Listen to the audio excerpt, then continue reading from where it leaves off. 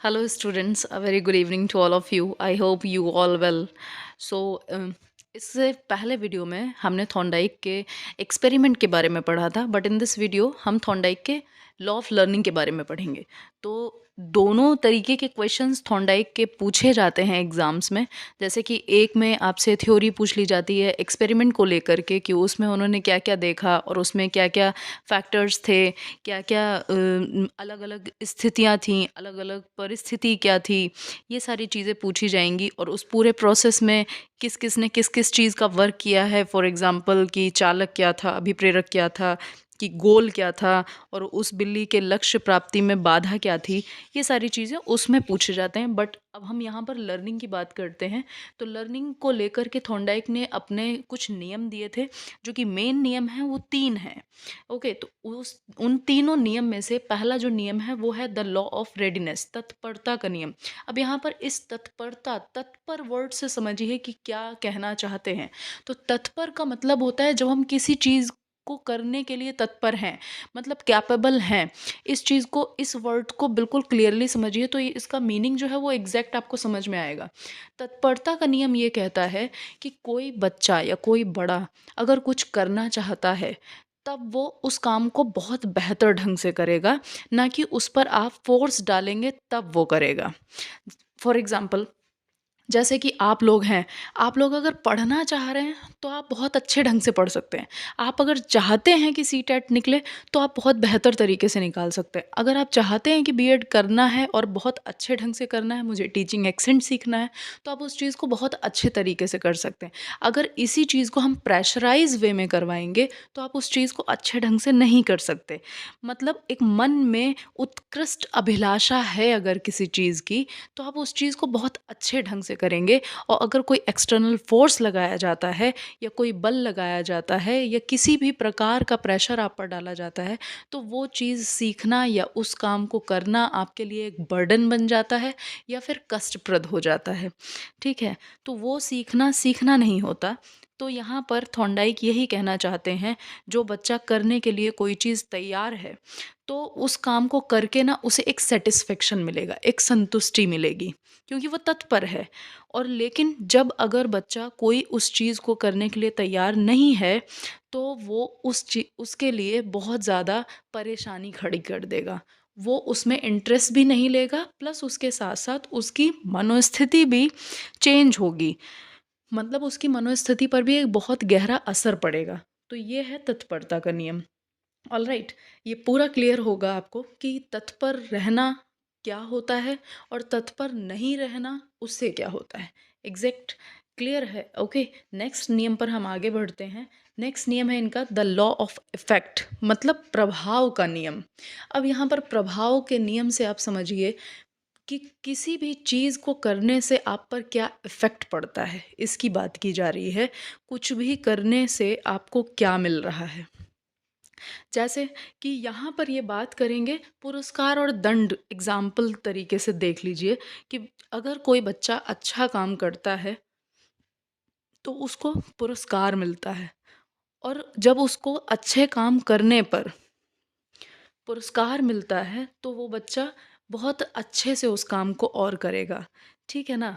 इसी तरह से और एग्ज़ाम्पल इसी तरह से आप एक दूसरा एग्जाम्पल लीजिए। जब कोई बच्चा काम करता है और वो काम करने के लिए बहुत ही एक्साइटेड है और उसने उस काम को पॉजिटिवली, और जो वो जिस तरह से उस काम को करना चाहता था उसने वो चीज़ पा ली। फॉर एग्जाम्पल कि अगर आप कुकिंग करती हैं घर में और आपने एक टारगेट बनाया कि आज नूडल्स बनाने हैं, और नूडल्स का पूरा इमेजिनेशन कर लिया कि आपको नूडल्स इस तरीके से बनाने हैं और मुझे ये टेस्ट एज रिजल्टेंट चाहिए। तो उस टाइम पर आपने सारे एफर्ट्स अपने डाले और लास्ट में नूडल्स का टेस्ट जब परफेक्ट आया, एज़ यू वांट, जैसा कि आप चाह रहे थे, तो क्या होता है वहाँ पर, उसमें एक सैटिस्फैक्शन आता है कि जो एक लर्निंग थी वो भली-भाँति क्या हुई, संपन्न हो गई। ओके, उससे एक आपको एक संतोष मिला। और इसी तरह का जस्ट अपोज़िट आप समझिए कि आपने एफर्ट्स डाले और उसके बाद आपको सैटिस्फैक्शन नहीं आया। वो टेस्ट नहीं आया जो आप चाह रहे थे, तो उसके बाद ना आपको दुःख की अनुभूति होगी। मतलब वो सीखने की क्रिया में क्या होगा, एक बैरियर का काम करेगा, एक गतिरोध का काम करेगा। वहाँ पर क्या हो जाएगा, आपको थोड़ा-सा ये लगेगा कि क्या मेरी चीज़ में कमी थी, मैंने तो सारा कुछ किया बट उ उतना नहीं मिल पाया। तो ये एक सुख और दुःख का समझिए, एक में संतोष मिला और एक में संतोष नहीं मिला। मन में क्या हुआ ना, मन में जब असफलताएँ मिलती हैं तो हमें एक असंतुष्टि, अप्रसन्नता और दुःख की अनुभूति होती है। और इसी तरह से जब आप सैटिस्फाइड फ़ील करते हैं, तब आप संतुष्ट होते हैं, प्रसन्न होते हैं और सुख भी होते हैं। जैसा कि इसमें मैंने इस पीपीटी में पूरी एक डेफ़िनिशन दी है। जब आपको पुरस्कार मिलता है ना, तो आप क्या होते हैं, प्रोत्साहित होते हैं, आपको अभिप्रेरणा मिलती है।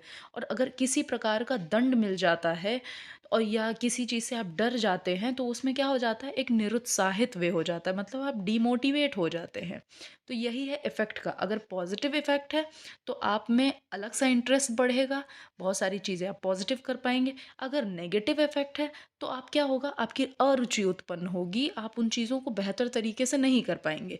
तो ये है थॉर्नडाइक का second law, law of effect. Okay, next देखिए क्या है, द लॉ ऑफ एक्सरसाइज़, अभ्यास का नियम। इस अभ्यास के नियम में क्या बताया जा रहा है, देखिए अभ्यास के नियम को दो में डिवाइड किया गया। First law of use, second law of disuse. Okay, first है उपयोग का नियम, दूसरा है अनुपयोग का नियम। अब फर्स्ट वाला देखिए, बहुत इजी है। इसमें इन्होंने क्या बताया कि अगर हम किसी चीज़ को बार बार करते जाते हैं, किसी भी क्रिया को हम बार बार दोहराते हैं, तो उसके बाद क्या होता है, आप जैसे आपने कोई चीज़ की, आपने अच्छी नहीं कर पाई, उसके बाद आपने फिर उस चीज़ को दोहराया, फिर उस चीज़ को दोहराया, फिर उस चीज़ को दोहराया, तो जो भी एक रिज़ल्ट आया फिर वो स्टेबल हो जाता है। क्योंकि बार-बार दोहराने से चीज़ जो है वो आपके विस्मृति के गर्भ में चली जाती है, मीन्स आपके माइंड में सेट हो जाती है, एक स्टेबिलिटी आ जाती है। ठीक है ना? और अगर आप किसी चीज़ को नहीं दोहराते हैं, जब आपने किसी चीज़ को नहीं दोहराया, तो उसमें क्या होता है कि वो जो विस्मृति थी, ना तो विस्मृति बन पाती है और धीरे-धीरे उस चीज़ को आप भूलते चले जाते हैं। ठीक है? तो मतलब वो आपके माइंडसेट में उसकी जो पावर थी, वो धीरे-धीरे क्या हो गई? डिक्रीज़ वे में हो गई। तो ये है उपयोग का नियम और अनुपयोग का नियम। ओके? तो ये तीनों लॉ थे जो थॉर्नडाइक के थे। नेक्स्ट देखिए, कुछ सेइंग्स कही गई हैं जो कि तीनों लॉज़ को बताती हैं। फर्स्ट है, एक घोड़े को पानी के पास ले जाया जा सकता है, परंतु पीने के लिए बाध्य नहीं किया जा सकता। अब यहाँ पर कोरिलेट कीजिए कि जो तत्परता का नियम था वो यही कहता है कि आप किसी पर ज़बरदस्ती कोई चीज़ थोप नहीं सकते। अगर वो खुद तत्पर है, खुद वो चाह रहा है कि उसको अच्छी से अच्छी चीज़ चाहिए, तो वो उस चीज़ को बेहतर करेगा और वो वहाँ तक पहुँचेगा। जैसे अगर आप चाह रहे हैं कि आपका सीटेट का एग्ज़ाम निकले, तो आप खुद ही हैं वो जो निकाल सकते हैं। कोई आपको बाध्य नहीं कर सकता, कोई आपको समझा नहीं सकता, समझ आप खुद ही सकते हैं। सेकंड देखिए क्या है, सफलता से बढ़कर कोई पुरस्कार नहीं। उसमें क्या कहा गया, सेकंड का जो लॉ था वो क्या था, प्रभाव का नियम, इफ़ेक्ट का नियम। जब आपको पॉज़िटिव रिवॉर्ड्स मिलेंगे, तो आप बहुत प्रसन्न होते हैं और बहुत सारी चीज़ें आप करने के लिए और ज़्यादा इच्छुक हो जाते हैं। तो क्या है, सफलता से बढ़कर कोई पुरस्कार नहीं। जब आप सफल होते हैं, सैटिस्फाइड होते हैं, तो उससे बड़ा कुछ भी नहीं है। नेक्स्ट देखिए, करत करत अभ्यास के जड़मति होत सुजान। यहाँ पर यूज़ की बात चल रही है, लॉ ऑफ यूज़। जब आप एक चीज़ को बार बार रिपीट करते हैं, बहुत बार रिपीट करते हैं, तो आप उसमें मास्टर हो जाते हैं। तो यही चीज़ यहाँ पर बताई गई है। तो ये तीनों सेइंग्स जो हैं थॉर्नडाइक के, तीनों लॉज को बताती हैं। ओके, तो कुछ अदर्स लॉ दिए हैं थॉर्नडाइक ने, जो कि आपसे पूछे नहीं जाते हैं, बट इनके बारे में भी आपको पता होना चाहिए। इसका इफ़ेक्ट ये है कि आप इनकी हेल्प से अपनी एजुकेशन में, अपनी टीचिंग में बहुत सारे अलग अलग से चेंजेस लेकर आ सकते हैं। तो जो फर्स्ट लॉ है, जो अदर्स लॉ में आता है, the law of multiple response और वैरिड रिएक्शंस, बहुरूपी अनुक्रिया, ये अनुक्रिया लिख गया है, इसको आप अनुक्रिया कर लीजिएगा, या विविध प्रतिक्रियाओं का कानून या नियम। ओके, तो यहाँ पर क्या है, इस नियम के अंतर्गत ये आता है, जब भी आपके सामने कोई एक प्रॉब्लम क्रिएट होगी, तो आपके माइंड में एक साथ बहुत सारे सॉल्यूशन गूंजेंगे। आप एक चीज़ को देखते हुए आपके माइंड में एक साथ ही बहुत सारे थॉट्स आते हैं, और जब बात अप्लाई करने की आती है या कोई चीज़ का सॉल्यूशन करने का आता है, तो आप उसमें से फर्स्ट चूज़ करते हैं और उसको उस प्रॉब्लम के सॉल्यूशन पर अप्लाई कर देते हैं कि इस तरह से मैं इस चीज़ को सॉल्व करूँगा। फिर अगर आप उस फर्स्ट पॉइंट को, उस फर्स्ट थॉट को तब तक लगाते हैं जब तक कि वो सॉल्व नहीं हो जाता। अगर उस फर्स्ट ट्रिक से आपकी प्रॉब्लम सॉल्व नहीं हो रही है, तब आप जाकर के सेकंड ट्रिक को अप्लाई करते हैं, और आप ये प्रोसेस कंटिन्यूअसली चलता है जब तक कि आप उसमें सफलता नहीं पा लेते हैं। तो ये है इनका बहुरूपीय अनुक्रिया या विविध प्रतिक्रियाओं का नियम। ठीक है, इसी तरह से सेकंड देखिए इनका क्या है, law of set and attitude, तत्परता और अभिवृत्ति का नियम। इस नियम के अनुसार क्या कहते हैं थॉर्नडाइक? थॉर्नडाइक कहते हैं कि जो भी सीखने वाला एक कार्य है या कुछ भी है, आप किसी भी कार्य को जब कर रहे होते हैं, वहाँ पर क्या होता है कि आपका एक चीज़ ये देखी जाती है कि आपका उस कार्य के प्रति थॉट कितना हेल्दी है। ठीक है? किसी भी एक स्टूडेंट के लिए या किसी टीचर के लिए ये सबसे ज़्यादा मैटर करता है कि वो जब कोई भी कार्य कर रहा है, तो उस कार्य को करने में उसका डेडिकेशन कितना है, प्लस उसके साथ-साथ वहाँ पर उस चीज़ को वो कितना हेल्दी तरीके से कर पा रहा है। फॉर एग्ज़ाम्पल कि आपके सामने एक क्लास है, एज़ अ टीचर आप वहाँ खड़े हैं और क्लास में एक बच्चे ने किसी बच्चे की जम के पिटाई कर दी, तब आप वहाँ पर क्या करेंगे? जिस बच्चे ने पिटाई की है, तो आप भी उसको 2 थप्पड़ लगाने लग जाएँगे? ऐसा बिल्कुल भी नहीं है। वहाँ पर आप क्या उस सिचुएशन को कितना हेल्दी तरीके से, कितना पीसफुल तरीके से हैंडल करते हैं, तो ये आपका एटीट्यूड शो करता है। तो यहाँ पर ये कहते हैं थॉर्नडाइक कि आपका एक स्वस्थ दृष्टिकोण ही बता सकता है कि आपका एटीट्यूड क्या है, आप उसके लिए क्या सोचते हैं। क्लियर है ना? इसको आप इस तरीके से भी देख लेते हैं, इसी नियम को, बच्चा तब तक किसी चीज़ को नहीं सीख सकता जब तक आपका उस कार्य के प्रति नज़रिया ना अच्छा हो। फॉर एग्ज़ाम्पल आपका मन नहीं लग रहा किसी भी काम में, और उस काम के लिए आपसे बोल दिया जाए कि ये आपको करना है। एक एग्ज़ाम्पल ले लीजिए कि आपको सिलाई सीखना है, आपकी माँ ने प्रेशर डाला है, ठीक है? और आप सिलाई के प्रति आपका रुझान बिल्कुल भी नहीं है, आपका उसके प्रति दृष्टिकोण भी नहीं अच्छा है, कि आपको बिल्कुल नहीं पसंद कि सिलाई करनी है, तो आप उस चीज़ को नहीं सीख सकते। अगर आप उस चीज़ को देख ले करके, सिलाई को लेकर के आप ये सोच लेते हैं कि हाँ, इससे मैं अपना करियर बना सकती हूँ, इससे मैं अपना बुटीक ओपन कर सकती हूँ। मतलब कि उस एक छोटे से काम के लिए आपका जब तक दृष्टिकोण साफ नहीं होगा, तब तक आप उस काम को सीख भी नहीं सकते। तो ये जो पूरा लॉ है, बस यही बताना चाह रहा है। इसी के साथ हम थर्ड लॉ पर पढ़ेंगे। थर्ड लॉ क्या है? समानता का नियम।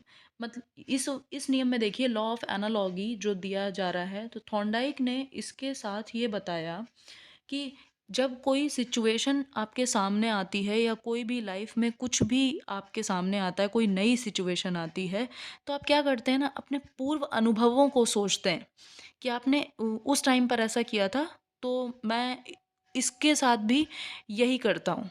मतलब जो आपने पहले अपनी लाइफ में किया रह चुका है, उस चीज़ को आप अप्लाई करना चाहते हैं आज के प्रेज़ेंट पर। तो उस टाइम में और आज के टाइम में आप दोनों में ना कंपैरिज़न करते हैं। कंपैरिज़न के करने के साथ-साथ आप उन्हीं सेम प्रोसेस को दोहराते हैं, और फिर ये देखते हैं कि जो लास्ट टाइम किया था और आज के टाइम करने में हम कितना सफल हो पा रहे हैं। ठीक है? एक ही 2 अलग-अलग सिचुएशन में आप अपनी पूर्व परिस्थिति को जब दोहराते हैं, तो इसे कहते हैं समानता का नियम। मतलब उसमें आप सफल भी हो जाते हैं। तो जो समान परिस्थितियाँ होती हैं, जैसे कि जो आज है और पहले है, तो पहले वाले में जब आपने कोई चीज़ अप्लाई की, तो आपने उसी चीज़ को आज अप्लाई करके उसको सफल बना लिया। तो ये हुआ इनका समानता का नियम। लास्ट और इनका फोर्थ नियम जो है, वो है लॉ ऑफ एसोसिएट शिफ्टिंग, सहचारी स्थान परिवर्तन का नियम।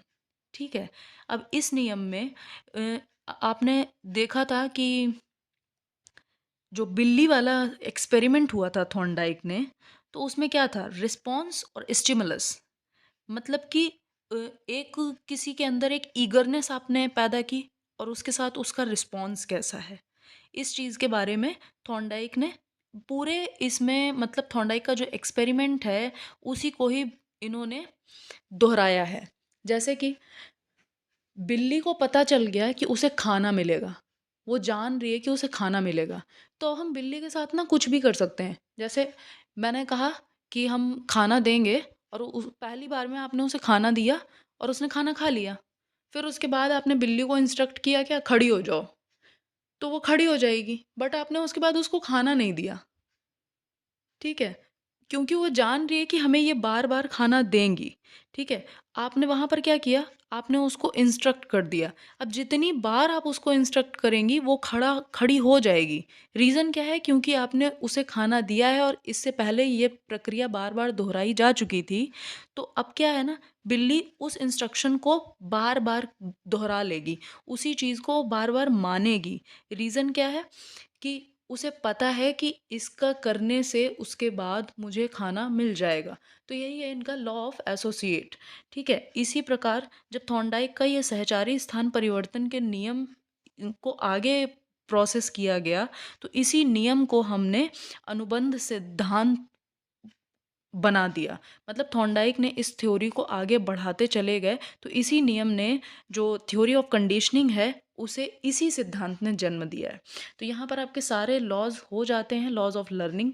आपके मेन लॉज़ कौन-से हैं, आप उनको बस ध्यान में रखिए। ये एक्स्ट्रा में है, इससे आप बहुत सारी चीज़ें सीख सकते हैं।